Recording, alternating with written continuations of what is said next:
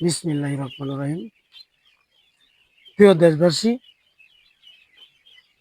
আশা করি আপনারা ভালো আছেন, আমিও ভালো আছি। প্রিয় দেশবাসী, পবিত্র রমজান মাসের পরশিল্লায় আমি প্রিয় দেশবাসীকে সকলকে আমি অভিনন্দন জানাইয়া আমি আজকের ভিডিও শুরু করছি। সকল আপনারা আমার ভিডিওগুলা ধৈর্য সহকারে দেখার চেষ্টা করবেন, এটি আপনার কাছে আমার অনুরোধ রয়ে গেল। প্রিয় দেশবাসী, আমি হাসলেই কথা বলি, কারণ হচ্ছে হাসি হলো আমার পেশা। আমি হাসার সাথে জড়িত অনেক দিন যাবত, যেটা মানে না বললেই না হয় যে আমি 1990 থেকে হাসির সাথে জড়িত। প্রিয় দেশবাসী, হাঁস আমার সর্বদান,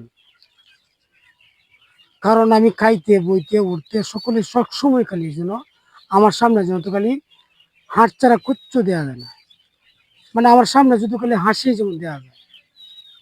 আমি যদি অন্য এক জায়গায়ও যাই, আমার চৌকের সামনে যেন খালি হাঁস দেখা যায়। আমি যে কোনো কোথায়ও যাই, শুধু খালি হাঁস দেওয়া যায়। কারণ আমি যেন থাকি, আমার মন যেন এরকম চাই যেন খালি আমি হাঁসের কাছে থাকি। প্রিয় দেশবাসী, আমি 1990 থেকে হাঁসের সাথে জড়িত। হাঁস লালন পালন করে না, এটা আমার কাছে মানে এত একটা সহজ কাজ যেটা এটা বলার বাইরে। কারণ যারা না জানে ওনার জন্য একটু কঠিন, আর যারা জানে তার জন্য খুব সহজ। আমি যদি বলি, আমরা যে ডিম পোড়াই, আমরা ডিম পোড়াইলে আমাদের যে ডিমের তাপমাত্রা, আমাদের কোনো মিটার লাগে না। আমরা ডিমে হাত দিলে আমরা বুঝতে পারি যে ডিমের কি পরিমাণ তাপ। কারণ এটা আমাদের করতে করতে এটা একবারে ইজি হয়ে গেছে, যেটা বলে।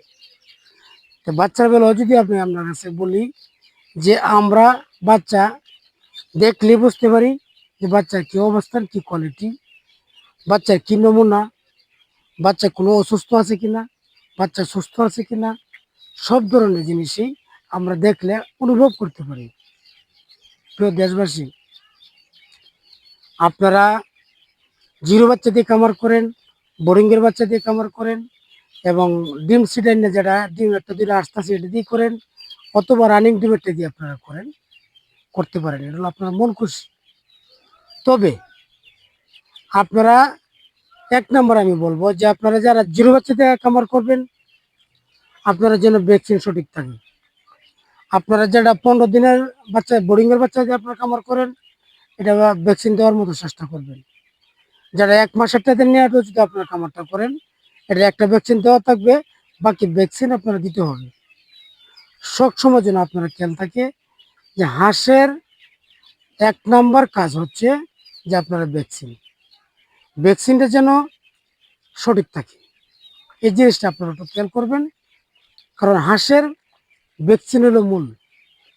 প্রিয় দেশবাসী, আপনারা যারা রানিং ডিমের হাঁসও যদি আপনারা নেন, এটাও আপনারা দেখবেন, যেখান থেকে আপনারা মালটা ক্রয় করবেন, আপনারা দেখবেন যে এটা ভ্যাকসিন আছেন কিনা। হাঁসের যদি কোনো ভ্যাকসিন থাকে, আমি নিশ্চিত বলবো যে হাঁসের কোনো ঝুঁকিপূর্ণ হইতে পারে না। কারণ হাঁসের যদি ভ্যাকসিন থাকে, হাঁসের কোনো বড় ধরনের কোনো হাঁস রোগ হয় না। কারণটা হচ্ছে হাঁসের 2-3টা রোগই হইল মূল কারণ।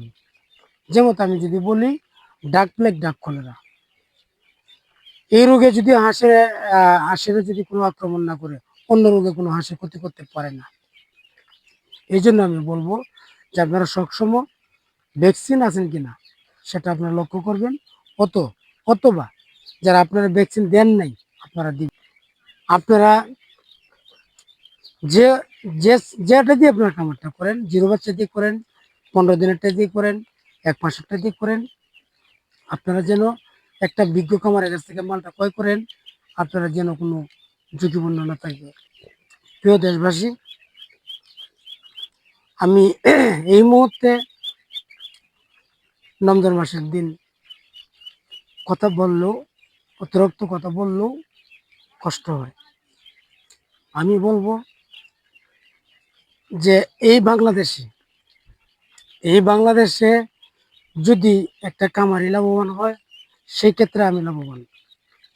একটা কামারি যদি মানে কি বলবো আপনার কাছে, যে একটা কামারি যখন বলে যে আমি লাভবান, সেক্ষেত্রে আমাদের মনটা আনন্দে ভরে যায়। আর একটা খামারে যখন বলে যে আমি লসের মুখে দেখছি, তখন আমাদের মনে বিশাল ধরনের একটা কষ্ট যায়। আপনারা মালটা ক্রয় করবেন, যে কোনো খামারে আপনার মাল ক্রয় করেন, আপনারা একটু যাচাই বাছাই করে ভালো একটা খামার দেখিয়ে আপনার মালটা ক্রয় করবার চেষ্টা করবেন। আপনারা যে যেখানে আছেন, সকলের কাছে আমি বিনীত অনুরোধ করব, যেন আপনারা শান্ত সুষ্ঠুভাবে যেন একটা মাল আপনারা ক্রয় করেন। আর আমি মক্কা মদিনা হাঁসের খামারের পক্ষ থেকে আমি প্রিয় দেশবাসীকে সকলকে আমি অভিনন্দন জানাই আমি আজকের কথা এই মুহূর্তে শেষ করলাম। আপনারা ভালো থাকেন, সুস্থ থাকেন।